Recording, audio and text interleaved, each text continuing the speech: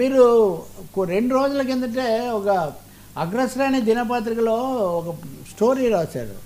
ఎన్ని రోజులు పోయినా కానీ ఇది బయటికి రావట్లేదు, ఇప్పటికి కూడా డిస్మిసల్ పిటిషన్లే విచారిస్తున్నారు జగన్ మీద ఉన్న ఆరోపణల్లో.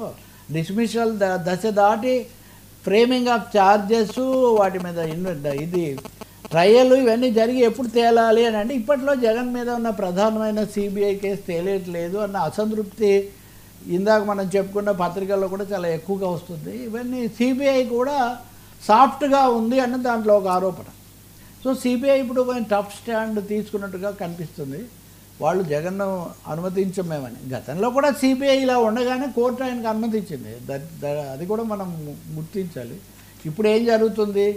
జగన్ దాన్ని ఒప్పుకొని కోర్టుకు వెళ్తాడా, లేకపోతే కంటెస్ట్ చేస్తూ మళ్ళీ మినహాయింపు కోరుతారా? అంటే నేను ఎప్పుడూ కంపైల్ చేస్తూనే ఉన్నాను కదా, I'm complying with the orders of the court అనేది జగన్ తరపు న్యాయవాదులు అక్కడ వాదించారు. బహుశా ఆయన ఒకసారి విదేశాలకు వెళ్ళి వచ్చిన తర్వాత అంశం ఇది అక్టోబర్లో జరుగుతుంది.